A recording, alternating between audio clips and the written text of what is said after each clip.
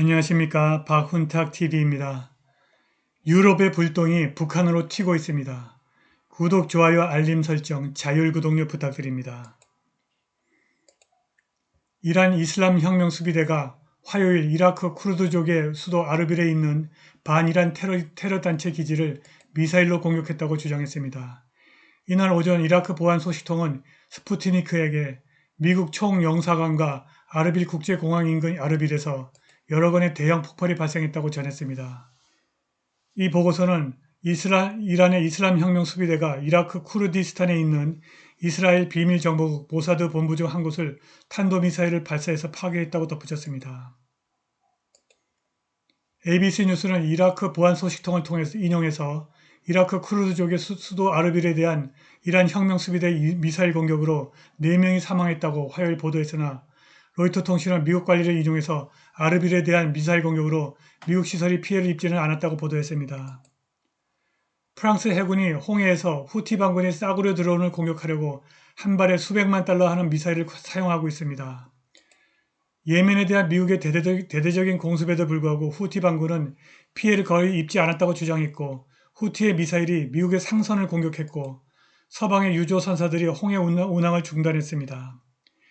이스라엘 총리 네탄야후가 블링컨 미국 국가안보 보좌관에게 이 전쟁은 또한 미국의 전쟁이라고 말했습니다.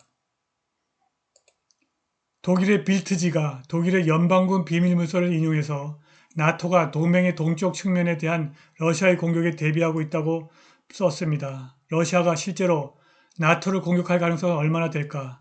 과연 동유럽에서 제3차 세계대전 시나리오를 쓰고 있는 쪽은 누구인가? 독일이 러시아와 나토의 열전을 준비하고 있는 것으로 알려졌습니다. 독일 연방군 기밀문서의 충돌 시나리오에 따르면 다음 달 2월부터 긴장이 고조되고 수십만 명의 러시아 및 나토 군대가 발트해 주변 지역에 집결하고 2025년 여름에 충돌합니다. 이 문서는 우크라이나에서 승리로 대담해진 러시아가 발트해 연안 국가에 대한 사이버 공격 및 기타 형태의 하이브리드 전쟁 캠페인을 벌여 그것을 러시아 소수민족이 들뜨게 만들 것이라고 썼습니다. 벨로루시와 러시아에 고립된 칼리닝그라드를 분리하는 100km 길이의 폴란드 땅인 소위 수발키 갭이 독일 연방군이 러시아 나토 충돌이 초점이라고 합니다. 러시아가 수발키 갭을 차지하기 위해서 전쟁을 벌인다는 것입니다.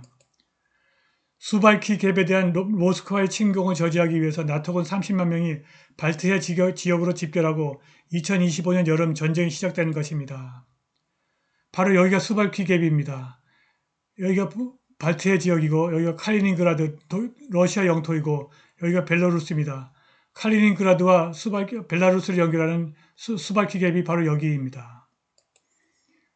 마리아 자하로바 러시아 외무부 대변인은 월요일 유출된 이 시나리오를 강력한 점성술이라면서 비웃었습니다.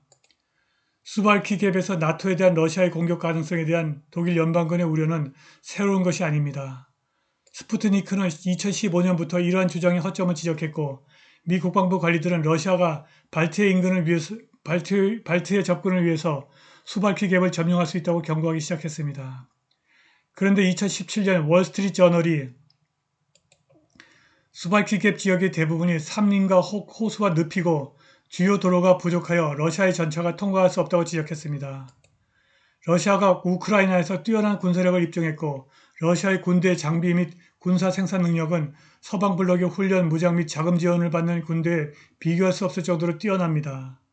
최근 미국 보고서에 따르면 러시아가 군사적으로는 미국보다 높은 수준입니다. 그러나 러시아는 수발키 갭을 침공할 정도로 바보가 아닙니다. 러시아가 수발키 갭에 들어가면 나토 헌장 5조에 따라 나토군이 개입하게 되어 있습니다. 나토의 현역병은 러시아의 4배이고 예비군은 3배이고 항공기는 6배 이상이고 장갑차와 군함은 3.5배에 달합니다. 러시아의 토론 플랫폼 발다이 클럽 프로그램 디렉터 티모프 이 보르다체프는 러시아와 서방이 정치 문명과 이해를 공유하지 않기 때문에 통합될 수 없다고 말합니다. 제2차 세계대전 당시 몇 년 동안 나치 격퇴라는 전술적 이해를 공유했으나 러시아와 서방은 충분히 다릅니다.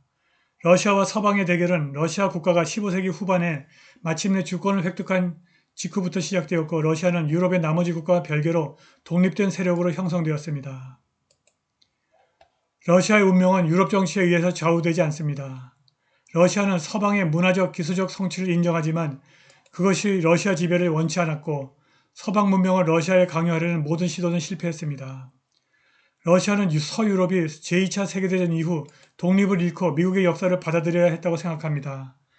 러시아도 제2차 세계대전의 승전국이기 때문에 러시아가 미국의 역사를 받아들여야 할 필요가 없다고 말합니다.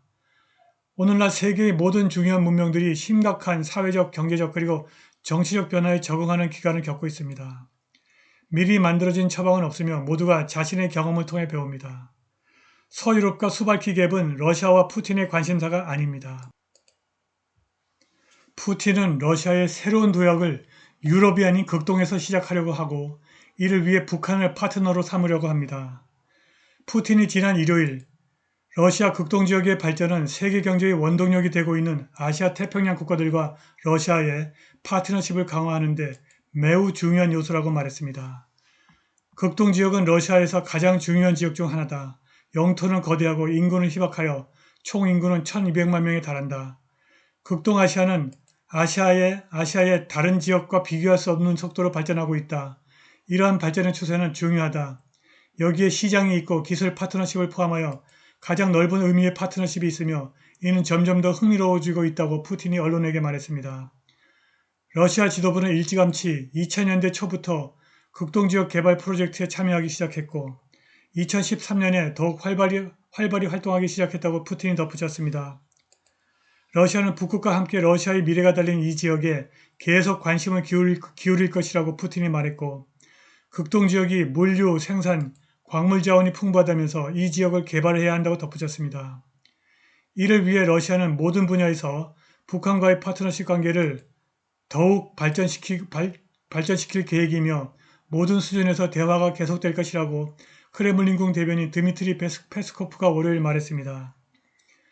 최선희 외무상을 단장으로 하는 북한 대표단이 1월 15일부터 17일까지 러시아를 방문합니다. 페스코프는 기자들에게 북한은 우리의 이웃이자 가장 가까운 이웃이고 우리가 모든 분야에서 파트너십을 발전시키고 더욱 발전시키려는 파트너라고 말했습니다. 대변인은 푸틴과 북한 외무장관의 회담도 배제하지 않는다면서 러시아는 북한 대표단과의 유익하고 강렬한 협상을 기대한다고 덧붙였습니다.